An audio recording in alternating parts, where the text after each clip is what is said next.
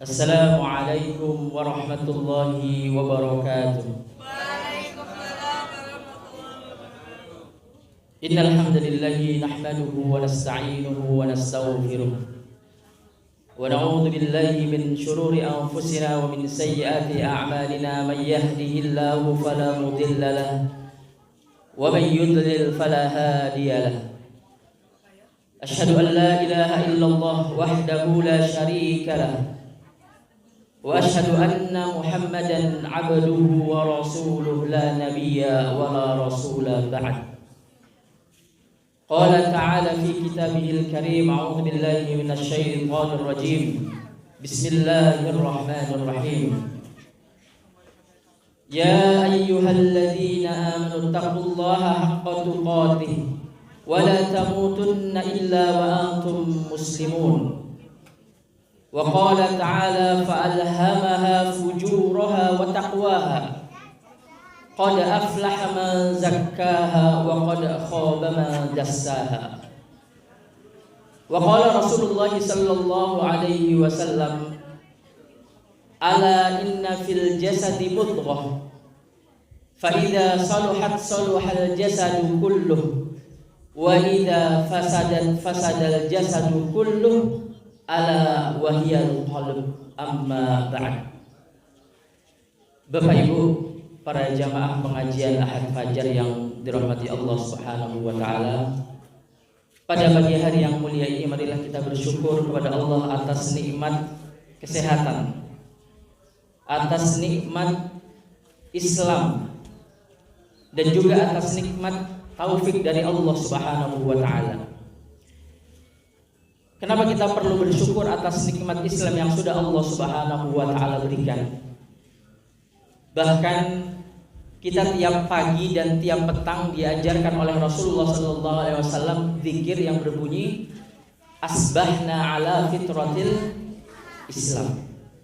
Begitu juga pada petang hari, amsayna ala fitratil Islam. Karena sesungguhnya tidak ada hal yang lebih berharga, tidak ada hal yang lebih bernilai daripada keislaman itu sendiri. Karena ketika kita telah memilih Islam, menjadikan Islam sebagai pegangan hidup, menjadikan Islam sebagai hal yang kita pedomani, maka itu tandanya, artinya adalah semua amal perbuatan yang kita lakukan kelak akan dinilai oleh Allah Subhanahu wa taala. Bisa kita bayangkan Bapak Ibu yang dirahmati Allah, kalau kita bekerja entah sebagai kuli bangunan, entah sebagai ASN, kalau tidak digaji rasanya kira-kira gimana? Aras-arasan gitu. Kita bisa bayangkan ketika kita berada di dunia ini dikaruniai oleh Allah 60, 70 atau bahkan 80 tahun lamanya, lalu ketika semua itu tidak dinilai oleh Allah, semua itu tidak berharga di hadapan Allah, maka kerugian tersebut merupakan kerugian yang lebih rugi daripada kita kerja tidak dibayar, daripada kita tidak dihargai oleh orang lain.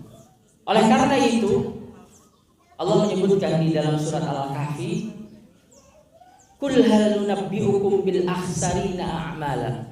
Maukah kalian aku beritahu apa gerangan amal yang paling merugi? Alladzina dhalla sa'yuhum fil hayatid dunya wa hum yahsabuna annahum yuhsinuna sun'a. Yaitu orang-orang ketika di dunia dia bekerja dengan baik, ketika di dunia dia melakukan banyak amal kebajikan, tapi ternyata nanti di hadapan Allah Subhanahu wa taala sia-sia. Dan salah satu sebabnya adalah karena dia tidak menjadikan Islam sebagai pedoman. Oleh karena itu kita perlu menjadi orang-orang yang senantiasa memperbaharui kesyukuran kita atas nikmat Islam tersebut. Kemudian yang kedua, kita juga bersyukur kepada Allah atas nikmat taufik. Kita kan sering mendengar wabillahi taufik wal hidayah. Apa makna taufik? Taufik adalah kemampuan kita untuk mengikuti petunjuk kebaikan. Semisal pagi ini, saya kira info tentang pengajian Ahad Fajar ini disebar oleh panitia di berbagai grup. Banyak orang yang melihat, banyak orang yang mendengar, tapi tidak semua tergerak untuk mendatangi majelis ilmu tersebut. Padahal kalau kita perhatikan, majelis ilmu itu adalah tempat di mana Allah Subhanahu wa taala menurunkan rahmatnya. Ketika Rasulullah sallallahu alaihi wasallam berkumpul dengan para sahabatnya mengatakan, la yudkhilu ahadukum amalahu al-jannah. La yudkhilu ahadakum amaluhu al-jannah. Salah seorang di antara kalian tidak akan masuk surga karena amalnya. Kenapa? Bisa jadi kita sholat khusyuknya kurang, bisa jadi kita puasa ikhlasnya kurang, bisa jadi kita sedekah juga masih diungkit-ungkit. Lalu Rasulullah SAW mengatakan ada dua hal yang nanti kelak bisa memasukkan ke dalam surga, yaitu adalah ketika kita mendapatkan maghfirah dan rahmat dari Allah Subhanahu wa taala. Ketika kita mendengar azan, kemudian kita tergerak mudah untuk ke masjid, itulah yang namanya taufik. Ketika kita juga bagi yang perempuan mendengar seruan tentang menutup aurat diikuti. Ketika mendengar nasihat kebaikan, itulah juga merupakan bentuk dari taufik. Oleh karena itu, di antara yang patut kita syukuri adalah kita meminta kepada Allah Subhanahu wa taala agar ditambah taufik. Oleh karena itu, Bapak Ibu para jamaah yang dirahmati Allah, di antara doa yang sering kita dengar adalah apa? Allahumma arinal haqqo haqqo warzuqna tiba'ah. Wa arinal batila batila warzuqna ijtinabah. Ya Allah, perlihatkan kepada kami kebenaran dan karuniakan kami untuk mengikutinya. Karena kata nggih tiyang niku nggih semerap, nggih mirengaken wontene azan. Tapi napa mboten berangkat ke masjid. Ada juga orang apa? Mendengar seruan pentingnya bersedekah, pentingnya menutup aurat, pentingnya bertutur kata yang baik, pentingnya bertetangga yang baik. Tapi apa? Kadang sekedar apa? Masuk telinga kanan, keluar telinga kiri. Nah, oleh karena itu kita berharap kepada Allah Subhanahu wa taala, hadirnya kita pada pagi ini merupakan bentuk Allah memberikan taufik kepada kita, dan semoga Allah Subhanahu wa taala menambah taufik-taufik yang lainnya. Salawat dan salam kepada Rasulullah sallallahu alaihi wasallam, di mana Rasulullah sallallahu alaihi wasallam adalah pribadi yang mengajarkan kepada kita bahwa keislaman kita itu harus terus diupayakan, bahwa keislaman kita itu harus terus diperbaiki, bahwa keislaman kita itu harus terus ditingkatkan dari waktu ke waktu. Oleh karena itu, kalau kita perhatikan, kalau kita gitu, rata-rata kita yang di sini Islam sejak kapan gitu? Sejak lahir. Maka yang perlu menjadi pertanyaan, kalau sholat kita, ibadah kita, waktu umur 10 tahun sama umur 60 tahun tetap, itu artinya kita belum betul-betul meneladani Rasulullah Sallallahu Alaihi Wasallam. Maka hal yang bisa kita lihat dari Islamnya Rasulullah, dari Islamnya para sahabat, dari Islamnya para tabi'in, para ulama salafun saleh, mereka adalah orang-orang yang dari waktu ke waktu senantiasa semakin memperbaiki kualitas keislamannya. Oleh karena itu kita juga diajarkan doa, Allahumma a'inna ala dzikrika wa syukrika wa husni ibadatik. Ya Allah, karuniakan kepada kami, mudahkan kami untuk zikrika, mengingatmu, wa syukrika, dan bersyukur kepadamu, wa husni ibadatik, dan memperbagus kualitas ibadah kita kepada Allah Subhanahu wa taala. Kadang kita yang kita inginkan pengin gadah griya sing sae. pengen gadah kendaraan yang bagus, pengen punya nopo HP sing apik. Boleh atau tidak? Boleh atau tidak? Pengen punya rumah yang bagus, mobil yang bagus, boleh. Tetapi sudah seberapa serius kita menginginkan semakin hari semakin baik kualitas syukur kita kepada Allah. Semakin baik hari semakin baik kualitas ibadah kita kepada Allah. Semakin hari semakin bagus kualitas zikir kita kepada Allah. Maka harusnya para jamaah yang dirahmati Allah Subhanahu wa taala, semakin bertambah usia kita harusnya nopo? Makin segepten masjid, makin ayem, makin akeh ibadah. Maka ketika semakin bertambah usia, semakin bertambah kesibukan, ternyata tidak bertambah ibadahnya, tidak bertambah rasa syukurnya, malah ningali tonggone gak ada macem-macem, malah nopo? Gampang loro hati, gampang iri, gampang tidak terima. Itu tandanya adalah kita belum betul-betul memahami bahwa kita harus memperbaiki kualitas keislaman kita dari waktu ke waktu. Para jamaah yang dirahmati Allah Subhanahu wa taala, di dalam Al-Qur'an Allah Subhanahu wa taala berfirman, fa'alhamaha fujuraha wa taqwaha. Jadi Allah memberikan di dalam diri kita itu potensi amal kebaikan dan potensi untuk berbuat keburukan. Semisal di dalam Al-Qur'an Allah Subhanahu wa taala menyebutkan tentang karakter manusia yang ini perlu sama-sama untuk kita mengerti. Allah Subhanahu wa taala mengatakan wa khuliqal insanu dha'ifa. Jadi manusia ini diciptakan lemah. Atau dalam ayat yang lain Allah mengatakan laqad khalaqnal insana fi kabad. Sungguh kami telah menciptakan manusia itu berada dalam kepayahan. Artinya nopo? Kalau misal kita mau sholat kok koyo angel, badhe infak nggih angel, badhe berkata-kata baik juga angel. Mau misal nopo? Berhusnudzon kepada Allah juga susah.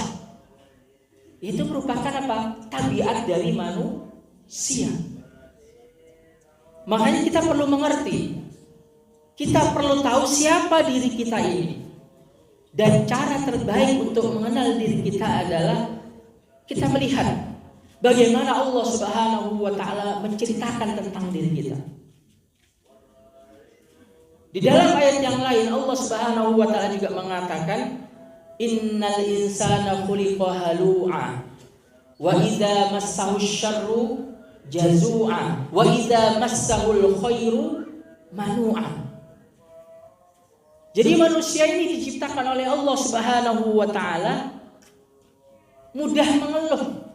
Makanya nek nopo misal ibu-ibu nopo orang uang bulanannya kurang nggih ngeluh. Bapak-bapak masakane kurang nopo ne kurang garamnya nggih ngeluh. Kekatahan gulone nggih ngeluh. Awake rada boten penak nggih ngeluh. Napa mawon? Hidangane biasanya misal pengajian Ahad Fajar. Biasanya misal jajane kalih. Lho kok Ahad Fajar iki namung setunggal. Biasanya reno-reno wonten kopi, wonten teh, wonten es. Lho kok namung air putih ngeluh. Termasuk ketika kita ngantri mau ngisi bensin, kok akeh men sing antri. Ngurus surat kepolisian antri, ngurus nopo mawon, ngurus BPJS antri. Terus kita mengeluh. Itu adalah sifat manusia. Wa idza massahu syarru jazu'a wa idza massahul khairu manu'a. Pas tasik dereng gadah rezeki yang banyak, mengatakan apa? Nek sok rezekiku akeh, aku tak sedekah sing kathah, tak nyumbang bangun masjid, bangun sekolah. Tapi ternyata ketika rezekinya banyak, sing medal namung sekedhik, emane luwih kathah. Kadang para jamaah yang dirahmati Allah Subhanahu wa taala, ini adalah karakter manusia. Suka mengeluh, kalau dapat rezeki banyak enggan untuk menyedekahkan. Padahal kalau kita berbicara tentang apakah harta yang sebenarnya, apakah harta yang sesungguhnya, terkadang kita merasa harta yang sesungguhnya adalah apa? Ketika kita melihat di rekening kita nolih kathah ngoten gitu. Ketika kita melihat sawahe ombo. Ketika kita melihat kendaraannya banyak, rumahnya bagus. Padahal Allah mengatakan ma indakum yanfadz wa ma indallahi baq. Bahwa hakikatnya yang kita sedekahkan, yang kita berikan kepada Allah Subhanahu wa taala, itulah kelak yang betul-betul menjadi tabungan kita. Sedangkan apa yang kita tinggalkan belum tentu menjadi tabungan kita. Bisa jadi sepeninggal kita, harta yang kita tinggalkan tidak disedekahkan di jalan Allah. Maka ini adalah karakter manusia dan karakter yang lain. Ketika Allah Subhanahu wa taala menceritakan wa aradna al-amanata 'ala as-samawati wal ard wal jibal fa abaina wa ashfaqna ay yahmilnaha wa ashfaqna. Jadi ketika Allah Subhanahu wa taala dulu mau memberikan amanah berupa bumi, langit dan bumi ini, amanah pada langit dan bumi dan pegunungan, mereka semua menolak. Boten kerso. Karena apa? Merasa berat. Wa hamalahal insan, tapi apa? Oleh makhluk yang bernama manusia, yaitu makhluk yang berupa kita-kita ini, diambil. Dan apa kata Allah? Innahu kana zaluman jahula. Bahkan apa? Manusia itu punya kecenderungan untuk senantiasa berbuat zalim karena kebodohan yang mereka miliki. Bahkan Allah Subhanahu wa taala menegaskan dhaharal fasadu fil barri wal bahri bima kasabat aydin nas. Hari ini terjadinya kerusakan di muka bumi adalah dikarenakan ulah manusia. Kalau kita lihat para jamaah yang dirahmati Allah Subhanahu wa taala, dunia atau bumi tempat hari ini kita tinggal rusak niki apa? Karena gara-gara gajah yang besar. Boten. Apa rusak karena hewan-hewan liar yang buas? Tidak. Tapi itu semua disebabkan oleh manusia. Oleh karena itu kalau kita lihat di dalam Al-Qur'an, ketika Allah Subhanahu wa taala menceritakan tentang kisah Fir'aun, ketika Allah Subhanahu wa taala menceritakan tentang kisah Qarun, apa yang Allah Subhanahu wa taala ingin sampaikan kepada kita? Allah ingin memberikan kepada kita gambaran bahwa ketika manusia melampaui batas, ketika manusia memperturutkan hawa nafsunya, ketika manusia tidak mengindahkan petunjuk-petunjuk Allah, mengabaikan nasihat-nasihat Rasulullah, mengabaikan batasan-batasan yang tidak seharusnya dia ambil, maka yang terjadi adalah bagaimana kerusakan yang disebabkan oleh Fir'aun dan bagaimana kesombongan yang juga disebabkan oleh Qarun. Maka dari sini para jamaah yang dirahmati Allah Subhanahu wa taala, ketika kita telah mengenal bagaimana karakter manusia yang lemah, yang suka ngeluh, yang gampang untuk berbuat zalim, yang mudah untuk melanggar hak-hak yang lain, maka disinilah menjadi kita perlu sama-sama untuk mengerti kita butuh akan yang namanya tazkiyatun nafs. Maka tema kita hari ini meniti jalan tazkiyatun nafs adalah sebuah kebutuhan, sebuah keharusan, sebuah kemestian. Karena kita adalah manusia yang Allah Subhanahu wa taala ciptakan dengan segala halnya, dengan potensi-potensi keburukan yang ada di dalam diri kita, dan satu-satunya jalan, satu-satunya cara untuk bisa melindungi diri kita dari buruknya diri kita, dari buruknya hawa nafsu kita, dari jeleknya karakter kita adalah ketika kita meniti jalan tazkiyatun nafs. Maka apa yang disebutkan oleh para ulama tentang makna tazkiyatun nafs? Jadi tazkiyatun nafs adalah ketika kita berangkat dari kemengertian kita bahwa kita ini adalah manusia yang diciptakan oleh Allah Subhanahu wa taala, sebagaimana dalam surat Asy-Syams tadi, fa'alhamaha fujuraha wa taqwaha. Jadi kita ini diciptakan oleh Allah Subhanahu wa taala dengan potensi keburukan dan juga punya potensi ketakwaan. Dan kalau kita melihat hadis Rasulullah sallallahu alaihi wasallam, Rasulullah SAW mengatakan, hujibatin naru bisyahawat wa hujibatil jannatu bil makari. Jadi jalan menuju surga itu apa? Dihiasi oleh Allah Subhanahu wa taala dengan hal-hal yang menyenangkan.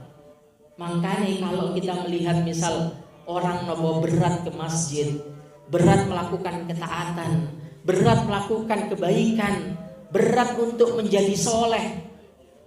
Padahal kalau kita perhatikan, ada tidak orang yang tidak mendapatkan nikmat Allah? Betul wonten nggih. Orang yang dia jauh dari Allah, orang yang dia tidak pernah dekat kepada Allah, orang yang dia tidak pernah membaca kitab Allah, dia merasakan nikmat Allah. Tapi yang menjadi pertanyaan, kok wonten nggih tiang mulai dari kandungan dijaga oleh Allah. Ketika dia besar, diberikan nikmat oleh Allah, diberikan karunia oleh Allah, tapi kok angel ngelampahi kesayangan. Tapi kok tasik angel membaca Al-Quran, masih susah untuk menempelkan keningnya di tempat sujud, masih susah untuk baik kepada tetangganya, masih susah untuk tidak curang dalam berjual beli. Karena apa? Karena untuk melakukan kebaikan itu berat. Oleh karena itu bisa kita bayangkan ketika hawa nafsu kita ini yang punya potensi amal buruk, yang punya potensi melakukan keburukan, ditambahi bahwa apa?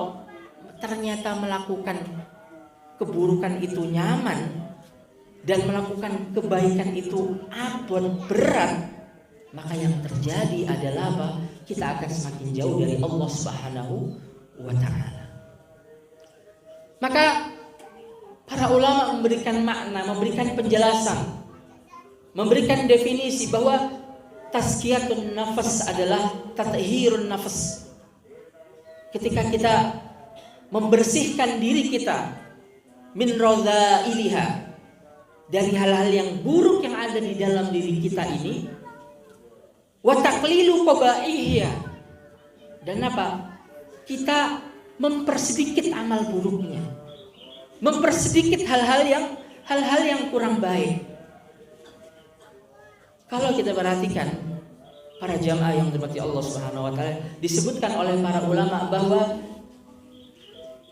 di antara tanda butuhnya kita akan tazkiyatun nafas adalah misal ketika kita berat untuk melakukan kewajiban, kebajikan, kewajiban. Sholat, melakukan sholat tasik berat, nah itu kita butuh yang namanya tazkiyatun nafas.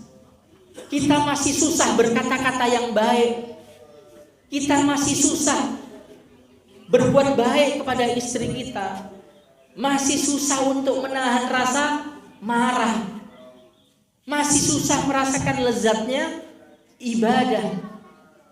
Misal contoh yang dikatakan oleh para ulama, ada dikatakan demikian, kalau hati kita itu baik, kita tidak akan bosan membaca Al-Quran. Sekarang kita tanya kepada diri kita, kira-kira maca Quran sampun gampang segampang maca koran, maca WA, maca Facebook, maca Instagram, napa tasih abot? Termasuk kalau kita lihat di antara amalan yang paling istimewa itu adalah apa? Amalan berupa berzikir kepada Allah Subhanahu wa taala. Bahkan di dalam hadisnya Rasulullah sallallahu alaihi wasallam pernah menyebutkan di antara amalan yang banyak nanti memasukkan kita ke dalam surga. Kalau kita lihat Bapak Ibu yang dirahmati Allah Subhanahu wa taala, terkadang kita hampir-hampir menjaga sholat kita, nggih napa mboten? Kita menjaga sholat kita. Tapi pertanyaannya, sudahkah kita menjaga zikir kita? Padahal Rasulullah SAW mengatakan, nanti yang banyak menyebabkan orang masuk ke dalam surga adalah zikir kepada Allah Subhanahu wa taala.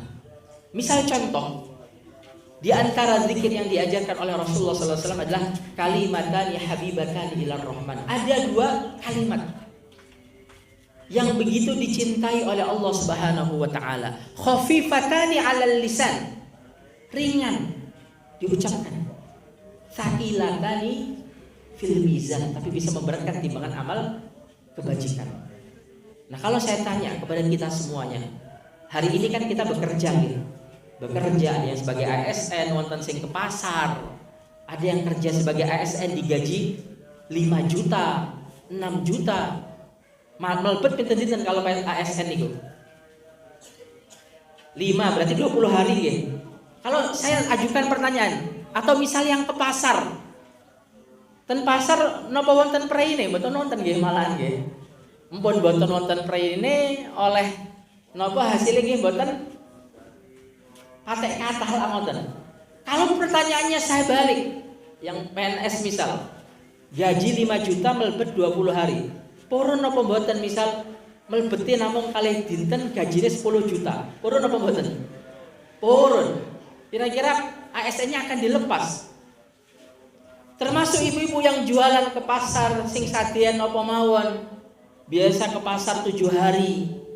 Purun apa mboten Bu? Sadeane namung kali dinten, hasilnya kali 2 juta. Purun apa mboten? Purun.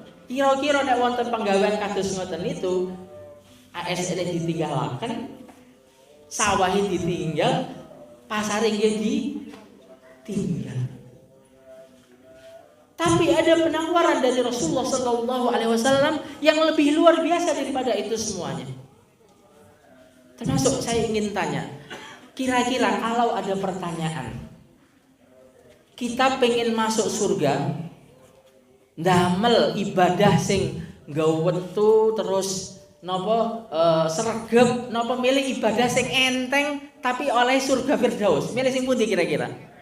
Enteng oleh surga Firdaus. Nah, kita ingin yang ini. Dan Rasulullah Sallallahu Alaihi Wasallam pun memberikannya. Ini nanti agar kita refleksi.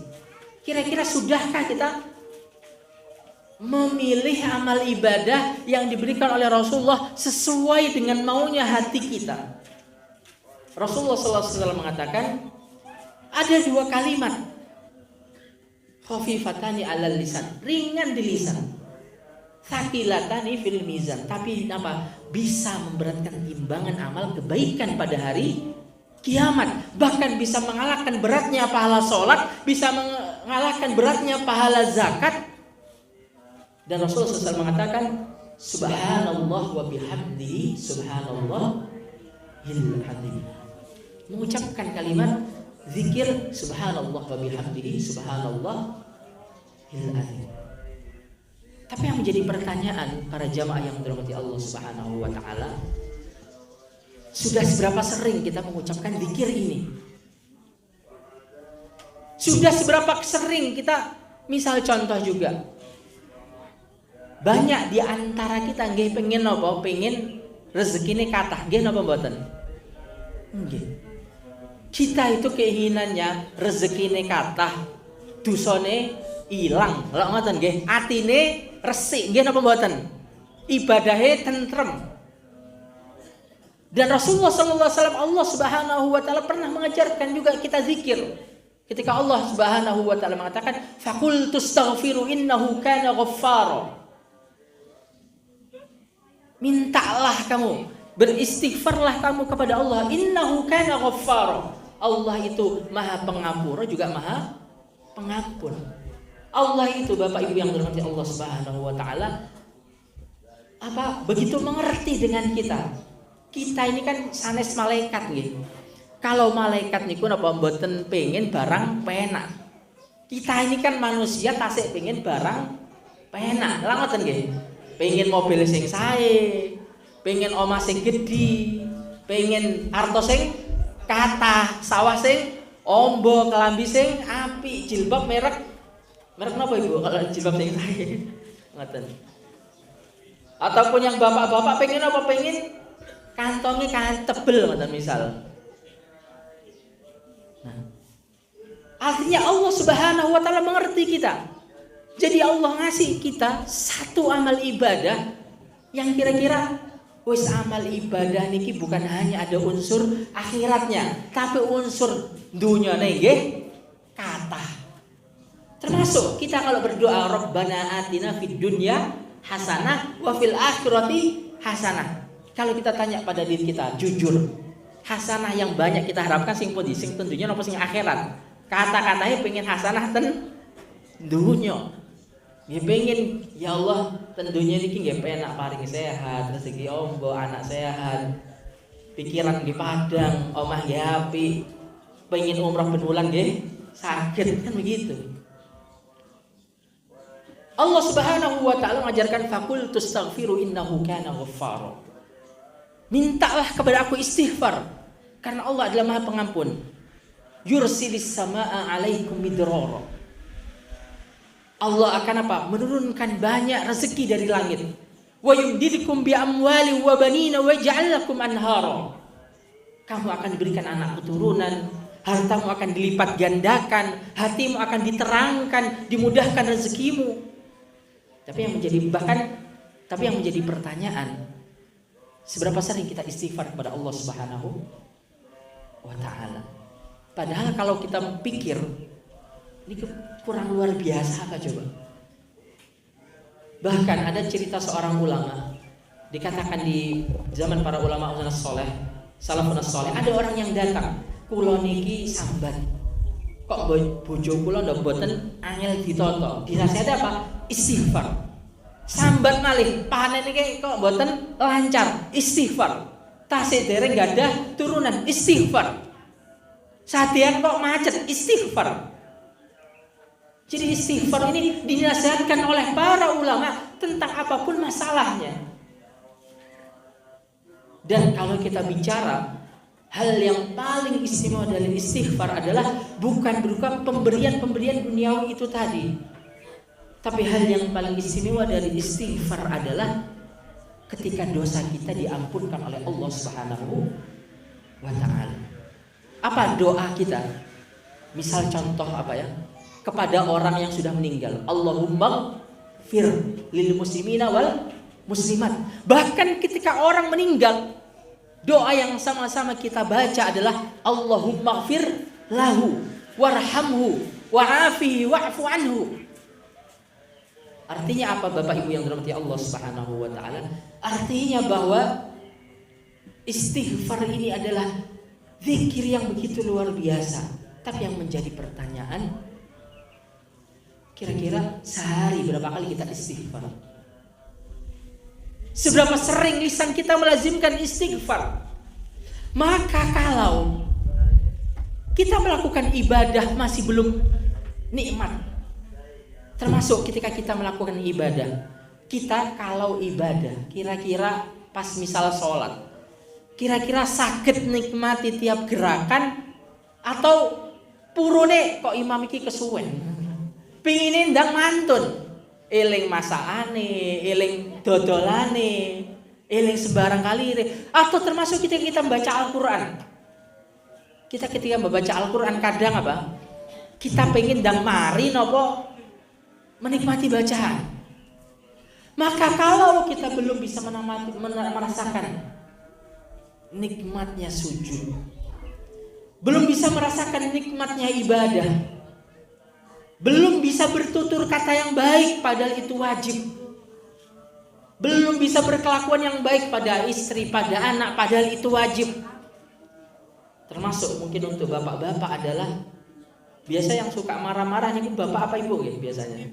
Oh ibu ya, baik bapak ataupun ibu. Kalau kita lihat, kita sama-sama hafal la taghdab walakal jannah. Kalau kita masih berat untuk menahan marah, kalau kita masih mudah untuk mengumbar amarah, maka itu tandanya nahnu bihajat ila an nuzakki anfusana. Maka kita betul-betul butuh untuk mentazkiyah diri kita, mensucikan diri kita. Karena apa? Karena ternyata dalam diri kita masih banyak PR-PR. Itu tadi yang dimaksud oleh pengertian tentang tazkiyatun nafas adalah tatahirun nafas, mensucikan diri kita min radhailihan nafsiyah, dari apa? Hal-hal yang buruk dalam diri kita. Kemudian yang kedua adalah wataqliliha, mempersedikitnya.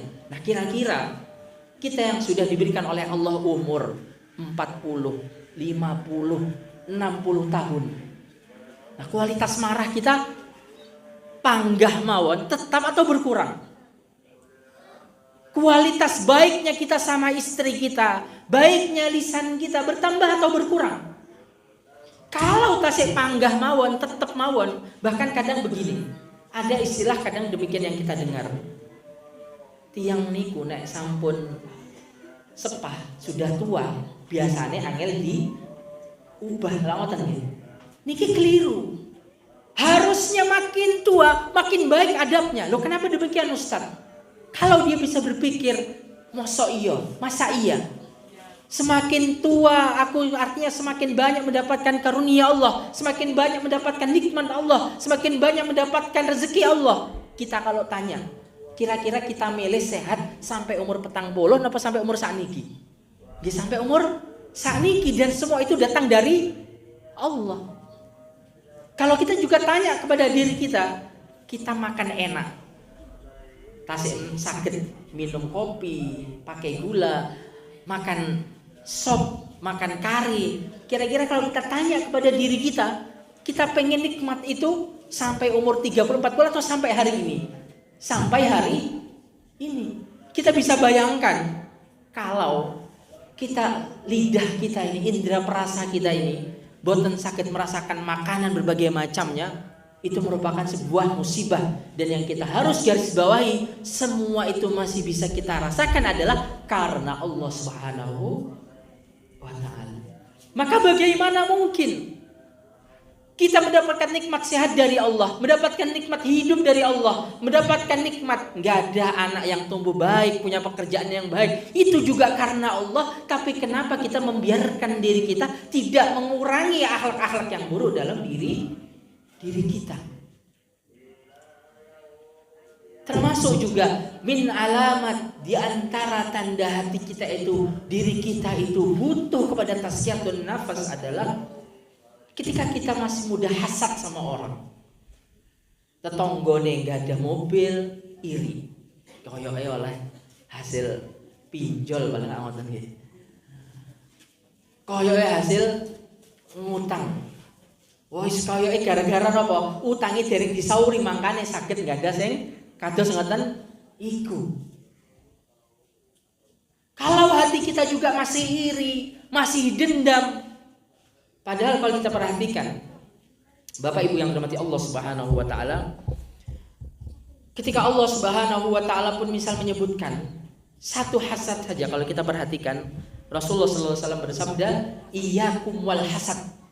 Hati-hati kalian dari yang namanya penyakit hasad. Kenapa? Fa innal hasada, karena satu hasad saja yakulul hasanat, bisa memakan banyak kebaikan, kama takulun narul hatoba, sebagaimana api memakan kayu bakar. Bisa kita bayangkan, sholat kita, ibadah kita, infak kita, kebaikan kita, gara-gara kita ada satu yang namanya hasad, hilang sedanten.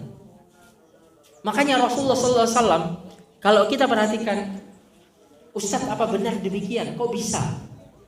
Kok nggak masuk di akal? Kok bisa kita sholat 60 tahun, 50 tahun, kita sedekah jutaan, puluhan juta, ratusan juta, bahkan miliaran, kita berbuat baik, kok bisa hilang dengan hasad?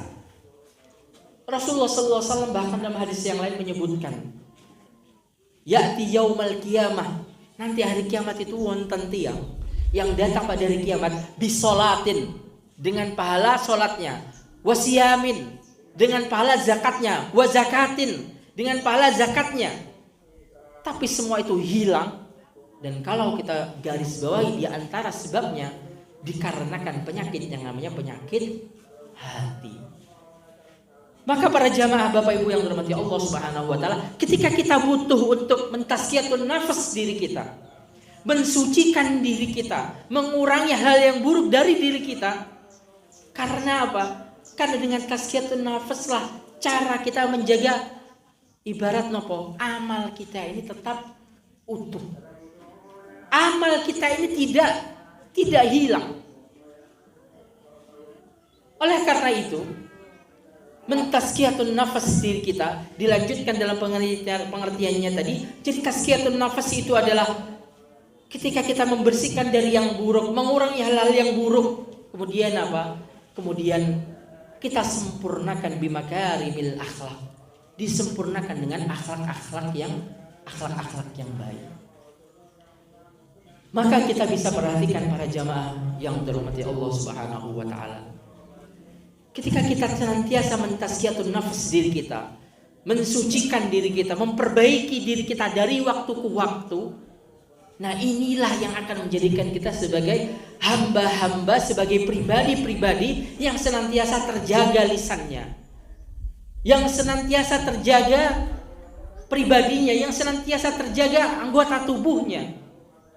Karena kelak ketika kita berhadapan dengan Allah Subhanahu wa taala, bahkan Allah mengatakan di dalam salah satu ayatnya, kelak kita nanti hari kiamat itu akan apa? Akan berdebat dengan diri kita sendiri. Debat karena apa? Debat karena kenapa dulu waktu masih di dunia masih belum baik lisannya, masih belum baik ibadahnya, masih belum baik perilakunya. Ya sholat, ya tasik nopo, melakukan hal yang buruk. Ya ibadah di masjid, tapi lisannya jauh dari masjid, pikirannya jauh dari masjid, tindak tanduknya masih jauh dari amal soleh. Maka sampai di sini para jamaah yang dirahmati Allah Subhanahu wa taala, tazkiyatun nafas, meniti jalan tazkiyatun nafas, yaitu senantiasa untuk memperbaiki diri kita, menjaga diri kita tetap dalam ridho Allah Subhanahu wa taala adalah sebuah keharusan yang harus kita pahami dan mengerti dengan baik. Hari ini kalau kita lihat, hampir-hampir rumah sakit itu tidak ada yang sepi, okay? Dan kalau kita lihat masjid dan musola tasik katah sing sepi. Pertanyaan kulo, harusnya yang penuh yang mana? Harusnya masjid dan musola harus lebih penuh daripada rumah sakit. Dan pertanyaan saya adalah, kenapa kita butuh tazkiyatun nafas? Kadang ada orang sakit. Ada orang sakit dibelan-belani dan rumah sakit memilihkan dokter spesialis yang terbaik. Dokter minta ditolong. Piye caranya, dus pundi caranya sakit, sehat, seger, waras. Tapi ketika sehat, kira-kira ke masjid napa boten? Boten. Hari ini para jamaah yang dirahmati Allah Subhanahu wa taala, pertanyaan saya misal, apa itu namanya? Ini kan masih tasik tempat, masih banyak kursi yang kosong. Harusnya penuh atau tidak? Harusnya penuh. Dan saya yakin orang yang tidak pernah hadir di majelis ilmu, dia tidak akan datang di majelis ilmu manapun. Dia apa boten? Jangan kita kira, oh kadang kita husnudzon, oh Ustaz, paling boten hadir ten mriki, hadir ten mriko, jenengan tingali mriko nggih boten wonten. Jenengan tasih husnudzon, paling hadir ten musala mriko nggih boten wonten. Paling anu Ustaz, napa mirengaken YouTube nggih boten nggih. Artinya adalah apa para jamaah yang dirahmati Allah Subhanahu wa taala? Artinya adalah kalau kita perhatikan, orang yang tidak datang ke masjid, orang yang tidak membaca Al-Quran, bukan orang yang sakit liver, bukan orang yang sakit jantung, bukan orang yang sakit stroke, tapi orang yang tidak sholat ke masjid, orang yang tidak baca Quran, orang yang tidak menutup auratnya, orang yang tidak berkata-kata yang baik, orang yang tidak berakhlakul karimah. adalah orang-orang yang kalau kita lihat fisiknya adalah orang yang justru sehat dan bugar. Oleh karena itu Rasulullah SAW mewanti-wanti dalam hadisnya, nikmatani maghbunun fihi ma katsirun minan nas. Hati-hati, ada nikmat yang diberikan oleh Allah tapi kadang jarang dimaksimalkan dengan baik. Kita ini para jamaah yang dirahmati Allah Subhanahu wa taala, ketika diberikan nikmat sehat oleh Allah Subhanahu wa taala, bukan untuk nopo? Karena sehat sakit kerja, karena sehat sakit makan enak, karena sehat sakit canda dengan istri, dengan cucu, sakit melampah-melampah, bukan. Kita ini ketika diberikan nikmat sehat oleh Allah Subhanahu wa taala, tujuannya adalah agar kita bisa semakin dekat kepada Allah Subhanahu wa ta'ala, dan kita tidak akan mampu memahami sehat untuk dekat kepada Allah ketika kita tidak mentazkiyatun nafas diri kita. Maka kita butuh untuk mendidik diri kita, mentazkiyah diri kita, untuk mensucikan diri kita agar kita betul-betul mengerti sehat yang Allah berikan, harta yang Allah berikan, kenikmatan yang Allah berikan untuk apa. Oleh karena itu, Syekh Muhammad Al-Ghazali beliau mengatakan, memaknai tentang makna tazkiyatun nafas adalah at-tazkiyatun nafas hiya at-tarbiyah. Beliau memaknai makna tazkiyatun nafas adalah at-tarbiyah. Apa maknanya tarbiyah? Yaitu apa? Kesinambungan dalam terus-menerus mendidik diri kita. Oleh karena itu, Bapak Ibu yang dirahmati Allah Subhanahu wa taala, ketika kita punya kesadaran untuk terus mendidik diri kita dari waktu ke waktu, itu yang membuat kita nanti bisa memaknai tazkiyatun nafas apa? Yaitu apa? Senantiasa kita berusaha mengurangi hal yang buruk. Semakin bertambahnya waktu, semakin bertambahnya usia, semakin banyaknya kenikmatan, kita punya kesadaran untuk mempersedikit hal yang buruk. Dan sembari kita menambah hal-hal yang baik, menyempurnakan kebaikan yang ada di dalam diri kita. Dan kalau kita perhatikan, kadang orang meninggal kita mengucapkan kalimat istirja, innalillahi wa inna ilaihi rajiun. Tapi kadang orang tidak ke masjid, orang tidak sholat, orang tidak hadir di majelis ilmu yang keutamaannya luar biasa. Boten yang istirja. Boten. Harusnya yang lebih pantas di innalillahi yang mana? Yang orang meninggal atau yang tidak ke masjid?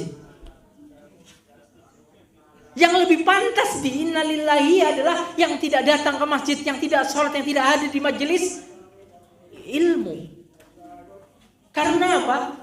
Ya karena hakikatnya yang lebih butuh kalimat innalillah adalah kita-kita yang masih hidup.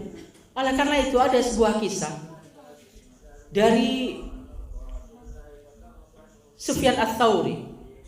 Dikatakan oleh Sufyan Ats-Tsauri ketika sedang berkumpul pada murid-murid yang ketika sedang menguburkan seorang mayat.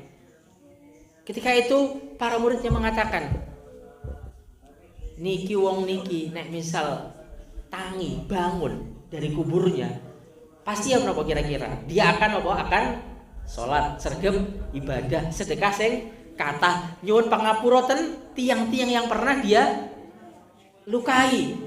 Dia akan betul-betul menjaga lisannya. Dia akan kira-kira nopo menjadi orang yang soleh. Kira-kira orang yang sudah meninggal tadi, kalau dia bangkit ketemu koncone akan pangling loh. Dungaren ndak biasane ngene. Biasane omongnya rapena, biasane teko ora tau nggawa apa-apa ngoten. Sakniki teko beto buah, beto jajan, beto sembarang. Biasanya mboten nyopoan, biasanya mboten senyuman. Lalu ketika itu Sufyan Ats-Tsauri mengatakan, maka kalian yang hidup ya yang lebih pantas untuk melakukannya. Dan orang-orang yang di dalam dirinya tidak ada spirit tazkiyatun nafas, maka apa? Ketika mendengar kematian, mendengar hal-hal nasihat yang baik, dia tidak akan tergerak apapun. Maka para jamaah yang dirahmati Allah Subhanahu wa taala, termasuk yang menjadi pelajaran untuk kita semua adalah kita hadir di majelis ilmu semacam ini apa cuma 5-10 kali? Mboten nggih. Sudah puluhan kali atau mungkin ratusan kali. Nek misal sergep Senin temriki, Selasa temriku, kadang sedinten iku ping 3 ping kali tas ditambahi YouTube misal. Tapi yang menjadi pertanyaan adalah, sudahkah berefek kepada diri kita? Ibadah kita nambah-nambah mboten? Lisan kita sudah bisa berkurang atau bukan? Hal yang buruknya. Kesabaran kita sudah bisa baik atau tidak? Rasa marah, kita masih kalah dengan marah atau kita sudah menang dengan marah? Bahkan dikatakan oleh para ulama salaf terdahulu, aghlibu nafsi tarotan wa taghlibuni tarotan. Dikatakan oleh para ulama salaf saleh kita terdahulu, aku itu bertempur dengan hawa nafsu. Kadang aku sing menang, kadang hawa nafsu sing menang. Jadi tanda ketika kita mentazkiyah diri kita dengan baik, tanda ketika dalam diri kita proses tazkiyatun nafas itu berjalan dengan baik. Ketika kita sadar, boten marah terus, kadang ya sakit marah, kadang sakit ditahan, kadang pas eling sakit, eling misal eling kajiannya ustaz ini, sakit ini. Itu tanda tazkiyatun nafas berjalan dalam diri kita. Tapi kalau hadir kajian, nggih hadir, teko wangsul nggih wangsul, dituwi jajan diwadi, makan, tapi akhlaknya tidak berubah, perilakunya tidak berubah, ibadahnya nggih pancet-pancet mawon, boten tambah sae tapi tambah kurang, malah geremengan. Nah, artinya kita perlu terus mentazkiyatun nafas diri kita. Maka para jamaah yang dirahmati Allah Subhanahu wa taala, penyakit-penyakit dalam hati kita itu tadi, bahkan kadang kita kalau misal kena penyakit flu, mumet napa mboten, heboh napa mboten gitu. Tapi kalau sudah kena penyakit jantung, niku bingungnya bukan main. Kalau sudah kena, misal yang sudah kena penyakit asam urat, nah niku mulai menjauhi napa? Kacangan. Diabetes menjauhi napa? Mpun request dan panitia. Kalau bisa nanti napa? Minumnya disediakan yang gulanya sedikit. Mulai istrinya apa? Menjaga pola makannya. Kadang para jamaah yang dirahmati Allah, kita itu lebih khawatir sama penyakit zahir daripada penyakit batin. Apa buktinya? Rumah sakit masjidnya kosong. Bahkan kalau kita lihat, hampir semua masjid yang ada di Indonesia ini kadang tiap waktu sholat pasti rata-rata boten sampai setengah. Pertanyaanku loh nopo pas bangun masjid itu memang didesain ngoten nggih? Sengaja diambakno masjidnya. Kan harusnya kalau pakai logika yang benar, ya bangun masjid sesuai kebutuhan mau, nek jamaah biasa di 3 sof, nggih damel masjid 3 sof lah ngoten nggih. Bukan. Kita tidak pernah mendesain masjid untuk hanya diisi separuh. Tapi yang menjadi masalah adalah karena apa? Kita belum betul-betul mentazkiyatun nafas diri kita. Kita belum betul-betul mendidik diri kita dengan baik. Oleh karena itu, Syekh Muhammad bin Shalih Al-Utsaimin beliau pernah menyampaikan, penyakit ini ku wonten kalih. Maradun hissi wa maradun ma'nawi. Beliau pernah mengatakan penyakit itu ada 2. Ada maradun hissi, penyakit yang terkena kepada fisik kita, yang kita banyak berusaha untuk menghindarinya. Yang hari ini hampir-hampir kita semua nggak ada BPJS karena nopo nek kena penyakit abot niki biayanya buatan umum lah nggih. Kadang sakit nyade sabin, nyade mobil, nyade sembarang. Tapi beliau mengatakan harusnya yang lebih kita perhatikan, yang lebih kita takutkan adalah apa? Penyakit maknawi. Penyakit yang menjangkiti hati kita. Kenapa demikian? Karena beliau mengatakan kalau kita kena penyakit misal jantung, semoga kita disehatkan oleh Allah. Kita kena penyakit stroke, penyakit lain-lain, paling mentoknya nopo? Meninggal dunia dan selesai. Tapi ketika kita kena penyakit hati, apa yang terjadi? Ketika kita meninggal, justru disitulah kita mulai diperhitungkan oleh Allah Subhanahu wa ta'ala. Dan kalau kita mau tahu bagaimana penghitungan Allah mengatakan dalam ayatnya, innallaha la yadzlimu mithqala dzarrah. Jadi Allah itu apa? Perhitungannya tidak akan pernah meleset sedikit pun.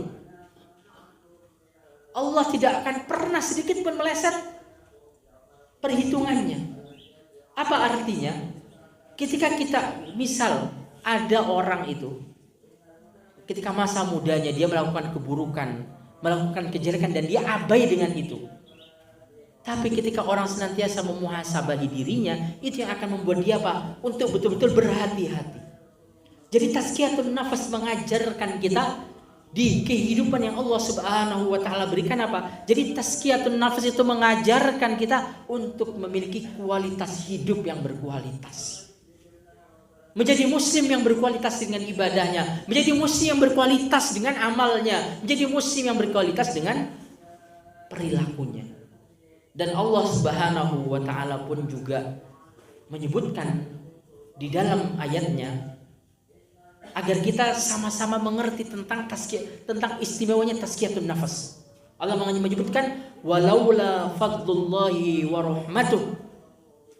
Kalau bukan karena karunia dari Allah, kalau bukan karena kasih sayang dari Allah, ma zaka minkum min ahadin abada. Kita tidak akan pernah mau mentazkiyah diri kita. Walakin, dan Allah mengatakan artinya begini. Kita yang misal eling, oh iya, eling untuk ibadah, eling untuk sholat, eling untuk zakat, eling untuk berkata-kata yang baik, itu merupakan bentuk karunia dari Allah. Termasuk kalau kita perhatikan Bapak Ibu yang dirahmati Allah, di dalam surat Al-Hujurat Allah mengatakan apa? Walakinnallaha habbaba ilaikumul imana wa zayyanahu fi qulubikum wa karraha ilaikumul kufra wal fusuqa wal isyan. Jadi settingan awal kita itu adalah apa? Ketika kita ini diciptakan, Allah mengatakan apa? Kutanamkan di dalam dirimu iman. Kutanamkan dalam dirimu apa? Suka berbuat kebaikan. Kutanamkan di dalam dirimu apa? Tidak suka melakukan hal yang buruk. Maka mari kita mentazkiyatun nafas diri kita agar kita betul-betul menyadari untuk mengembalikan diri kita kepada settingan awal ketika diciptakan oleh Allah Subhanahu wa taala. Dan para jamaah yang dirahmati Allah Subhanahu wa taala, para ulama pun menyebutkan apa tahapan-tahapan yang perlu kita lalui agar kita bisa mentazkiyatun nafas diri kita. Yang pertama adalah dimulai dari kita mengerti diri kita terlebih dahulu. Menjadi penting bagi kita untuk mengerti bagaimana kualitas hati kita, bagaimana kualitas akhlak kita, bagaimana kualitas lisan kita. Kemudian setelah itu apa? Setelah kita mengetahui kualitasnya, mengetahui kadarnya, kita mulai untuk apa? Mengakui. Oh iya saya salah. Oh iya saya keliru. Dan kemudian apa? Tahapan yang ketiga adalah kita mulai untuk memperbaiki diri kita. Mulai melakukan amal-amal baik. Jadi yang namanya mentazkiyatun nafas niku bukan sekedar teori. Kadang kita itu setelah ikut taklim, setelah ikut kajian, setelah mendengarkan ceramah, koyo nopo bergemuruh dalam diri niki. Oh ngono ya, oh ngoten nggih. Tapi mantun, wangsul, ten pasar lali. Sehingga itu yang terjadi. Kalau kita ikut kajian puluhan kali kok panggah mawon kelakuannya, panggah mawon sikapnya tidak bertambah baik. Karena kadang kita sampai 2 tahap saja, ngerti buatan saya, terus menyesal, tapi apa? Tidak dibarengi beriringan dengan amal yang baik. Kemudian tahap yang selanjutnya adalah meningkatkan kualitas amal. Dan kemudian tahap yang terakhir adalah ketika kita bisa berserah kepada Allah Subhanahu wa taala. Dan para jamaah pengajian Ahad Fajar yang dirahmati Allah Subhanahu wa taala, ketika dari awal tadi kita berbicara tentang tazkiyatun nafas, maka tazkiyat orang yang tidak mentazkiyatun nafas dirinya adalah orang yang tidak beruntung. Dan agar kita mengerti tentang uzmatut tazkiyatun nafas, tentang agungnya tazkiyatun nafas, tentang pentingnya tazkiyatun nafas, tentang sebegitu perlunya kita kepada tazkiyatun nafas, sampai apa? Kan tadi ayat yang kita baca adalah apa? Fa'alhamaha fujuraha wa taqwaha. Kalau kita baca dari awal, wasyamsi wa duhaha wal qamari idza talaha wan nahari idza jallaha wal laili idza yaghshaha was sama'i wama banaha wal ardi wama tahaha wa nafsin wama sawwaha fa alhamaha fujura wa taqwaha qad aflaha man zakkaha. Allah sampai bersumpah menggunakan 7 makhluknya tentang pentingnya tazkiyatun nafas ini. Artinya adalah satu-satunya jalan keberuntungan. Makanya dikatakan demikian, orang ketika dia tidak menyibukkan dirinya dengan tazkiyatun nafas, orang ketika tidak menyibukkan dirinya dengan memperbaiki dirinya, maka dia akan jauh dari jalan keselamatan. Oleh karena itu hal ini ditambahi oleh Rasulullah dalam hadisnya, tuba liman syaghalahu aibuhu an uyubin nas. Maka berbahagialah bagi orang yang menyibukkan dirinya untuk terus memuhasabahi dirinya daripada hal-hal yang lainnya. Maka para jamaah yang dirahmati Allah Subhanahu wa taala, Allah bersumpah dengan demi matahari, demi bulan, demi langit, demi bumi, demi jiwa, demi malam dan demi siang.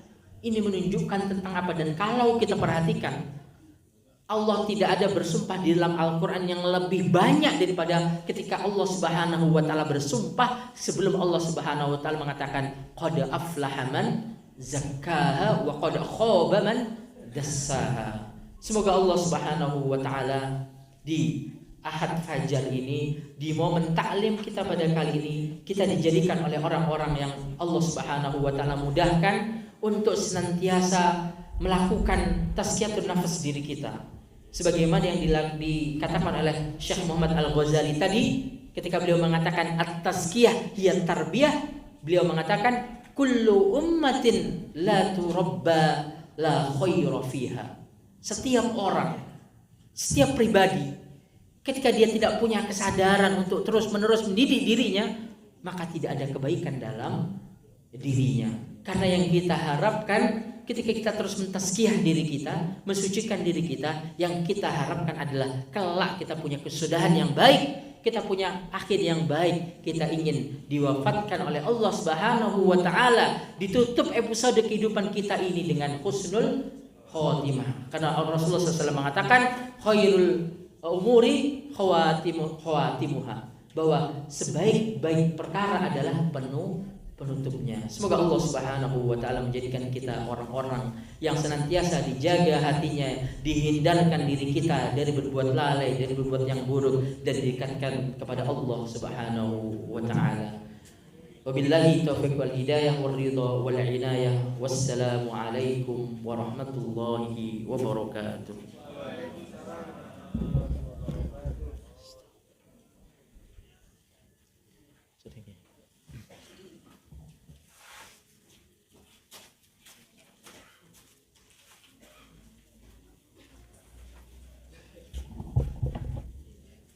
Terima kasih disampaikan kepada Ustaz Aminullah yang telah berbagi ilmunya kepada kita.